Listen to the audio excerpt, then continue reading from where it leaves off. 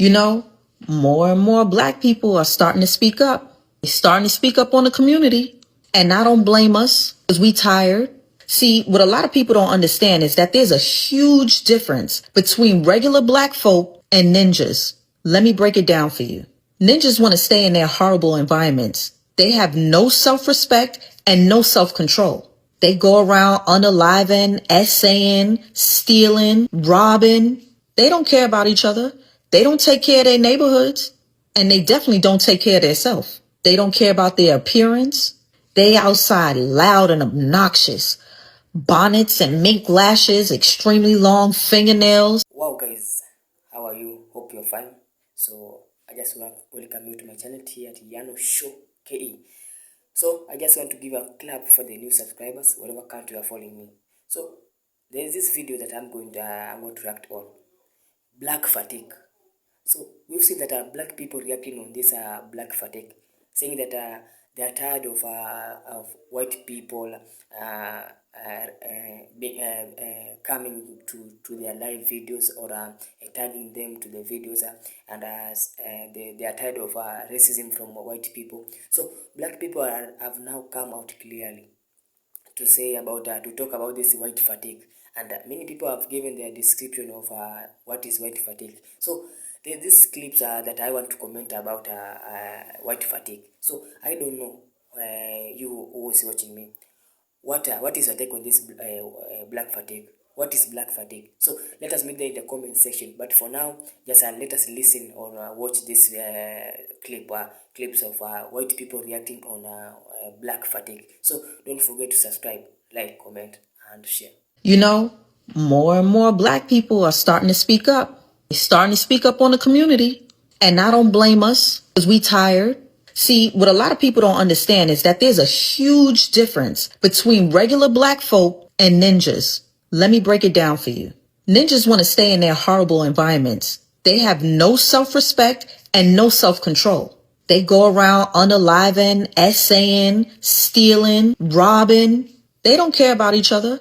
They don't take care of their neighborhoods. And they definitely don't take care of themselves. They don't care about their appearance. They outside loud and obnoxious.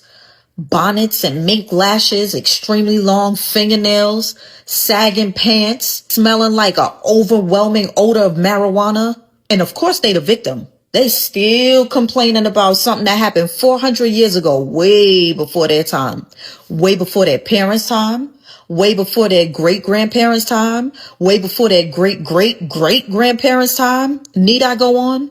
And then we got regular black folk. We take pride in our community. We are hardworking, ambitious individuals who definitely want to be segregated from all that nonsense. Our demeanor and our appearance speak volume. We understand that there's a time and a place for our behavior. And most of all, we respect one another.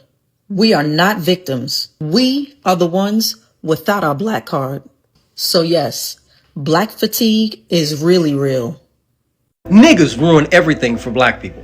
The main reason for why black people have so many problems is because we don't police the niggas in our community. We let niggas do whatever the fuck they want, and guess what? They have a blank check to do whatever the fuck they want. There's no consequences for being a nigga in the black community. Everything within the black community is destroyed by these people. They do nothing, they offer nothing, they provide nothing of any value, and guess what? We let them do it with no fucking consequence. And in the moment you criticize them, you're wrong for doing so. When someone like myself makes a distinction between black people and niggas, we get called coons, Uncle Toms, or say that we're less than black. I think what makes you less than black is allowing the people who give you the poor representation, the poor image that we have, a pedestal and a platform to speak, while silencing people who call them out. Black people spend more time silencing and deplatforming people who are honest about the problems that we have than sitting back and deplatforming people who bring us such a poor image and poor representation. It's truly ass fucking backwards. Here's a long time coming video. Black fatigue. A lot of y'all are gonna get mad at me, but when are you not? What is black fatigue? People are tired of your shit. People are tired of the black community. It is what it is. Even black people are tired of the black community. That should tell you something. But they just call us derogatory names just like they call white folks. People are tired of seeing the same shit over and over again. And if they say anything about it, it's racist. If they want something done about it, it's racist. If they want justice for a crime that was committed by the black community, racist. Like I said, you don't have to be white to experience this. Asian people, Hispanic people, white people, even black people experience black fatigue. Simply being tired of that shit. And it's not an unreasonable thing. I know I've been kicked out of the black community and everything, but I still got the skin. I have to look at these videos of these people doing this shit every day. And they all look like me. They're all young individuals that look like me. I'm tired of seeing that shit. So the people that are being affected by it via robbery or racism are extra tired of seeing that shit, are extra tired of dealing with that shit. Well, and Usual Suspects became a running joke on an app because of how much crime was being recorded by the black community, bro. These people aren't racist. They are tired. Black fatigue. Black fatigue is a thing. Newsflash. White people don't want to live around ratchet black people. And black people don't want to live around ratchet black people. I mean, it's nothing like going to the Walmart on a Sunday morning and then you see the Bonnet Crew walk in. Loud, obnoxious, the kids are everywhere, in every aisle, unattended. And that's anywhere you go, no matter what. They're highly emotional, highly sensitive. You can't say nothing. You can't even smile and hold the door for them because they'll look at you like you're crazy. And always the victim of something. Either you stepped on a shoe, you looked at them wrong, you told them good morning. They're never happy, they're never satisfied. And you wonder why normal, good black people move out of the hood as soon as they start getting successful. I was one of those black people that said, man, if I made some money, I'm gonna stay here. I'm gonna buy up this, buy up that. I'm gonna support the community. As soon as I got my money, I got the fuck up out of there. Because they don't know how to appreciate good shit. And my suburban kids don't need to be dealing with that bullshit. Crab in a barrel mentality. Never take accountability for nothing. So yeah, black fatigue is a thing. And I'll tell you, a lot of people are fucking tired. They're tired of dealing with these kind of people on a daily basis. I mean, I get anxiety when I walk inside of a mall nowadays. I mean, because you got these YNs running around and they don't respect nothing. So I don't care what anybody says. White America is tired of you, and we are too. Okay, black fatigue, let's talk about it. So there's this new term going around called black fatigue. And essentially, white people are growing tired of black culture, of being told that they're the victims, all this rhetoric, right? Now, mind you, I've seen it and mostly talked about on the perspective of black ghetto individuals. Mind you, there is a clear distinction between black people and ghetto individuals, okay? Black people are people that think for themselves, that are just in existence, you know, but then there's ghetto. But there's two extremes of black fatigue. There's Don Lemon, Barack Obama, Michelle Obama, like those type of people that are well-spoken, like normal people, you know, that are forcing rhetoric down people's throats, right? Saying you're black, therefore X, Y, and Z, right? Then they're just as, I think, as extreme as the ghetto black individuals, the black culture of rap, and that's not what black is, right? Pants sagging down, people are tired of that. But not even just the fact that people are tired of those two things. You're a white individual, you're told, just because of the color of your skin, that you're an issue, that you're an oppressor, that, you know what I mean? Like, you're the problem, right? So they're being told this dialogue that is exhausting, to tell that no matter what you do, you will always be an issue, right? But then in the same breath, the ghetto or the other extreme, right? Barack, those type Don Lemon people will say, you're the issue, but you have to help us. Why would people want to help someone that is just blaming them constantly? You know, that's exhausting. But hear me, black people, okay? Like myself and so many others, right? We're tired. We're tired of being grouped into that mess, hearing it. The black community, majority, do not take responsibility. We're tired because we want to progress in society. Asian culture is thriving. There's so many cultures, right, that are taking responsibility for things that have happened. Don't victim blame others and themselves, and they're not living in oppression mentality, right? They're free. Black community, we're so enslaved up here that it projects onto every dynamic of society. Police brutality, white people bad, all this rhetoric. It's so exhausting. So yes, rightfully so. White people are speaking up because they are exhausted. We're exhausted too. We agree. We normal black people, okay? We are tired of hearing it too. The rhetoric of, oh, Carmelo Anthony was right and justified because he got bullied and this and that, so therefore he can unalive somebody. That's exhausting. Oh, the black community, black on black crime doesn't exist because of X, Y, and Z. It's the white man's the issue. It's exhausting. Black fatigue. We're tired of it. We're tired of the ghetto. We're tired of the Don Lemons. We're tired. We just want normal folks that can think for themselves, have opinions for themselves, don't project blame onto people, take responsibility, take accountability. I'm done. That's my rant. Anyway, happy Mother's Day. Having a great day for all the women out there. All the women, mind you. Okay, bye-bye. This is the first time I'm hearing this phrase on TikTok, but I could use context clues and understand what it is. So, funny story, I'm scrolling on TikTok, minding my own business, just getting lost in the videos, and a white woman pops up in my algorithm and it's titled Black Fatigue, and I'm like, this should be interesting. Now, this is a creator that I've really grown to respect their videos. Basically, in her video, she's calling out the black community for different ignorant things that we do. And it's not just her. I've seen a lot of white people on this app kind of come out. It's almost like, raise your hand if you've been personally victimized by Regina George type of videos. And that's what they're doing toward black people. Here's the thing. The videos that I've personally seen is not racism. It's accountability. It's one of those to where they are tired. They are fed up to where they have opened their camera and they start confessing the things that agitate them about the black community. And because we have gotten to that point, you know who I blame?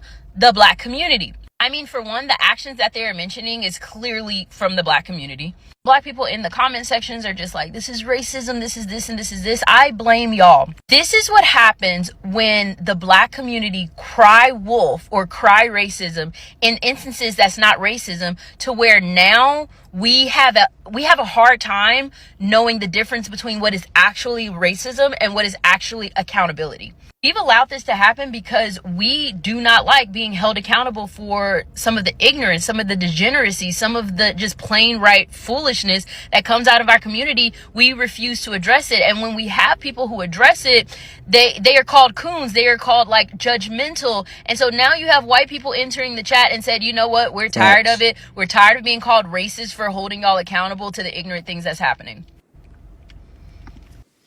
She cooked. I mean, she pretty much summed it up. And I can't tell you how many times that I've been called out of my name by people that look like me, or they call me a sellout for wanting better for the black community. And there's so many different times that I've seen people cry wolf, that I've seen people fake, that I've seen people look for a Justice League, that I've seen the sisterhood come to the rescue and the aid of people that actually a lot of them don't deserve it. Even the heroes that we celebrate and that we champion and that we get behind with these causes. And Black Lives Matters, which is in Marxist organization, and we start to think about the way that we vote in our communities and the fact that we don't necessarily take care of our neighborhoods, and a crime that is perpetuated is usually against us, but we don't come out to protest against that, and we don't hold the people that's in our communities accountable on that. We also know who the killers and the dealers and the people that are doing the worst in the community, but we refuse to work with the community. As a matter of fact, we say defund the police, but then we want justice and we want more funding to continue to do the things that's not best for us. Something got to give. All right, I might be late to the party, but I just heard a term called black fatigue. It's trending. I didn't even know that was a thing. Black fatigue. We might need a therapist in the house. Anybody out there with psychology? Because, I was wondering why I'm so amped. I'm amped lately. I'm happy. Life is good. But I got this underlying resentment, pistivity. It's black fatigue, right? Everybody got it. Blacks got it. Whites got it. Hell, even Hispanics and Asians got it. We're freaking tired of blacks complaining, blacks whining about this, that, and the other, blacks being woke, the DEI. Yeah, it's black fatigue. I swear, hashtag, it's a real thing. And everybody's it doesn't matter what color you are. Blacks got it, whites got it, everybody. Check. That's what it is. Like, that's that underlying resentment. My boy keep asking me, why is it always black this? Why with you? Why are you always mad at black people? Why are you always coming at black people on TikTok? Because I'm tired. Like I said, my mama used to say, I'm sick and tired of being sick and tired. Shut up. Get to work. Stop voting against your best interests. Do what's right. Go to church. Well, somewhere to get some religion. We're just tired of all the noise. Tired of you whining about police brutality. Tired of you whining about no job. Tired of you telling us how we need to dress and look and act and vote. And it's black fatigue. It's actually TikTok has cured me. Now that I know what it is, I can seek therapy. Nobody wants to live around black people. Nobody wants to do business. Nobody wants to send their kids to our schools. No one wants to live in our areas. And it's not because of racism. It's because the areas that we live in, the things we do in our own communities, guess what? They're of less value. We destroy our own things. We destroy our own communities. We'll put down our own people with violence.